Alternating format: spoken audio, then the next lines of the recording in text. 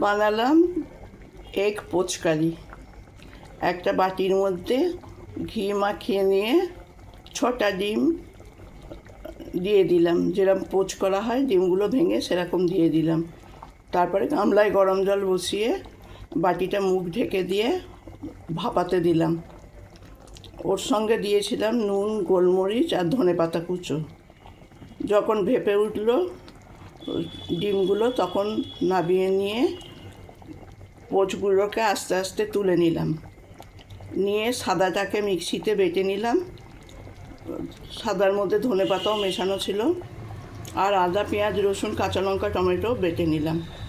কড়াইতে আবার সাদা তেল দিয়ে আদা, পেঁয়াজ, রসুনের পেস্টটা দিয়ে দিলাম, আর ডিমের ওই যে সাদাগুলো বেটেছিলাম সেটা একসঙ্গে দিয়ে দিলাম।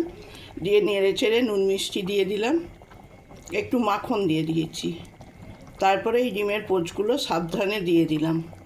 একটু ফুটে উঠছে, মাখনটা ভেসে উঠছে, এবার নামিয়ে নেব। খেতে খুব ভালো হয়।